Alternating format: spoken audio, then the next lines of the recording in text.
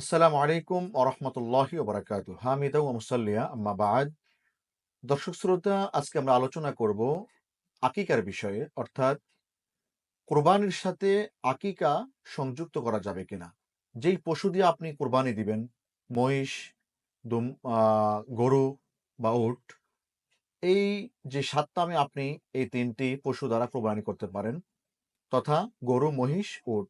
এই ৩ টি পশুর ভিতরে আপনি যদি ৫ নামে কোরবানি দেন, আর ২ টি যদি নাম আপনি সন্তানের নামে আকিকা দিতে চান, আপনি করতে পারবেন কিনা? উত্তর হলো অবশ্যই পারবেন, এতে কোনো সমস্যা নেই। দলিল হলো ফতোয়া শামির আল জুজুত তাসে ৯ নম্বর খণ্ডে ৪৭২ নম্বর পৃষ্ঠায় এই কথা স্পষ্ট আছে এবং এর জায়েজ হওয়ার ব্যাপারে সুস্পষ্ট দলিল আছে। আমরা যদি আপনাদেরকে আলোচনাটা শোনাই এবং এবারটিকে পড়ে শোনাই, এখানে ফতোয়া শামির ভিতরে ৯ নম্বর খণ্ড ৭৭২ নম্বর পৃষ্ঠায় স্পষ্ট যে এবারটুকু আনেছে, এর দ্বারা কুরবানির পশুর সাথে আকিকার নাম সংযুক্ত অবশ্যই আপনি করতে পারবেন। এটি জায়েজ, কোনো সন্দেহ নাই। আমি আপনাদেরকে এবারটুকু শোনাচ্ছি।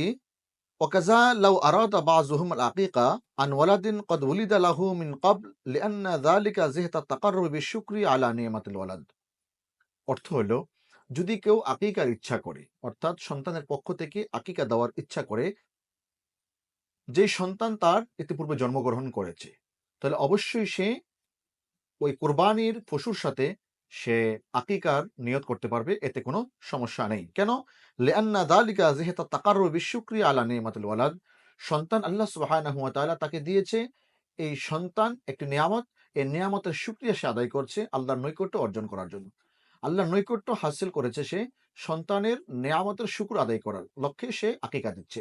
সুতরাং সে অবশ্যই কোরবানির সাথে আকিকার নামও সংযুক্ত করতে পারবে, আকিকার ভাগ সংযুক্ত করতে পারবে। মনে করেন যে আপনি ৫ নামে কোরবানি দিচ্ছেন আর ২ নামে আপনি আকিকা করছেন। অবশ্যই আপনি করতে পারবেন। এতে কোনো সমস্যা নেই। একই পশুতে আপনি কোরবানি এবং আকিকা করতে পারবেন। এতে কোনো ইখতিলাফ নেই, এতে কোনো সমস্যা নেই।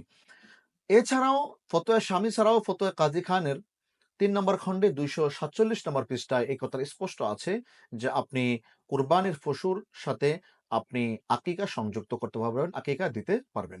আল্লাহ সুবহানাহু ওয়া তাআলা আমাদের সকলকে সঠিক মাসালার উপরে আমল করার তৌফিক দান করুক। আমিন। ওয়া আখিরু দাওয়ানা আলহামদুলিল্লাহি রাব্বিল আলামিন। আসসালামু আলাইকুম ওয়া রাহমাতুল্লাহি ওয়া বারাকাতুহু।